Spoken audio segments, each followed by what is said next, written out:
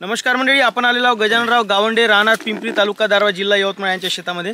यांनी आपली जी ढकल पेरणी यंत्र आहे, या यंत्राने आपली कापूस लागवड केलेला आहे. त्यांच्या काही प्रतिक्रिया आपण जाणून घेऊया. काका नमस्कार. नमस्कार. तर आता तुमच्याकडे टोटल कापूस किती एकर तुम्ही यावर्षी लावला? 11 एकर. 11 एकरापैकी तुम्ही मजूर काही म्हणजे त्यासाठी मजूर काही वापरलं का सगळं मशीनच लावलं? नाही सर्व मशीन. 11 एकर मशीनच लावलं. 11 एकर. बरं, लोक काय म्हणते की बा ते मशीन वापरताना कापसा म्हणजे वावरात ज्या गाठा असते ते मशीन चालत नाही, हे बरोबर आहे का? नाही नाही नाही, खोट्या गोष्टी आहे. खोट्या गोष्टी आहे. आणि लोक म्हणते की बा बियाणं पडत नाही, जास्त बिया पडते, 4 बिया पडते. एक नंबर. आता पाहून घ्या ना, हे सर्व तुमच्या समोरच आहे. बरोबर, हे एका बीनच पडलेला आहे. एका बीन सर्व. एकरी किती पाकिट लागले? एकरी एक पॉकेट समजा. एकरी 4च्या साव्यातनी एकरी एक पॅकेट पडलेलं आहे काकाचं.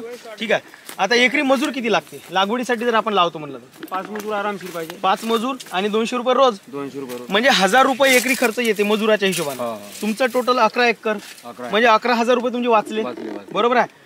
आणि बरं, मग आता हे लावलं समजा, लागवड केली तर तुम्ही असं वाटत आहे का तुम्हाला की आपण मशीननं लागवड केली त्यामुळे आपण घाट्यात राहिलो, असं काही वाटते का? नाही नाही, त्याचं कारणच काही नाही ना. बरोबर आहे ना. उगवण शक्ती चांगली झाली, सर्व झालं. उगवण शक्ती व्यवस्थित झाली. एक नंबर. तुम्ही काकरा पाडून काकरा टोपलं का काकराच्या काटानं? काकराच्या काटानं टोपलेलं आहे. म्हणजे आपण जे लाईन पाडतो, ज्याला आपण काकरा म्हणतात काही भागात वेगळे शब्द त्याला असू शकतात. आणि आखिर एक प्लॉट मी दोरीने पेरलेला आहे. दोरीनं म्हणजे दोरी लावली मशीन चालवली. अच्छा. म्हणजे आपण जे लाईन दोरीनं जे लागवड करणे म्हणतो, दोरी लावणे आणि त्याच्या बाजूला काठानं मशीन चालवणे.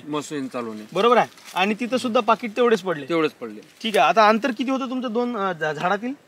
1 फुटात 1.5 फुटात ठेवलं होतं आम्ही. 1.5 फूट ठेवलं होतं. म्हणजे साधारण 16 इंच जे बनते आपले मशीनचं, तर 16 इंच अंतर त्यांनी ठेवलं होतं. आणि आज तुम्ही पाहू शकता मागं प्लॉट तुमच्या लक्षात येत असेल, पहा.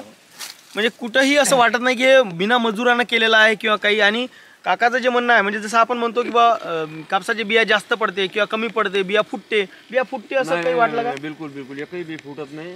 आणि लागवड रोप संख्या सुद्धा मेंटेन राहते.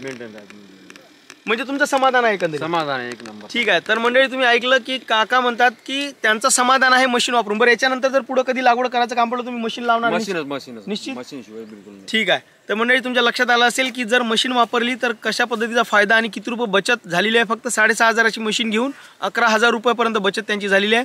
म्हणून मंडळी, तुम्हाला जरी सुद्धा अशा काही मशीना घ्यायच्या असतील किंवा आणखी अशा काही टेक्निकल बाबी लागत असेल, चॅनल सबस्क्राईब करा. म्हणून तो लक्षात ठेवा. असेल वाटतं सबस्क्राईब करा. Agri power. धन्यवाद काका. धन्यवाद.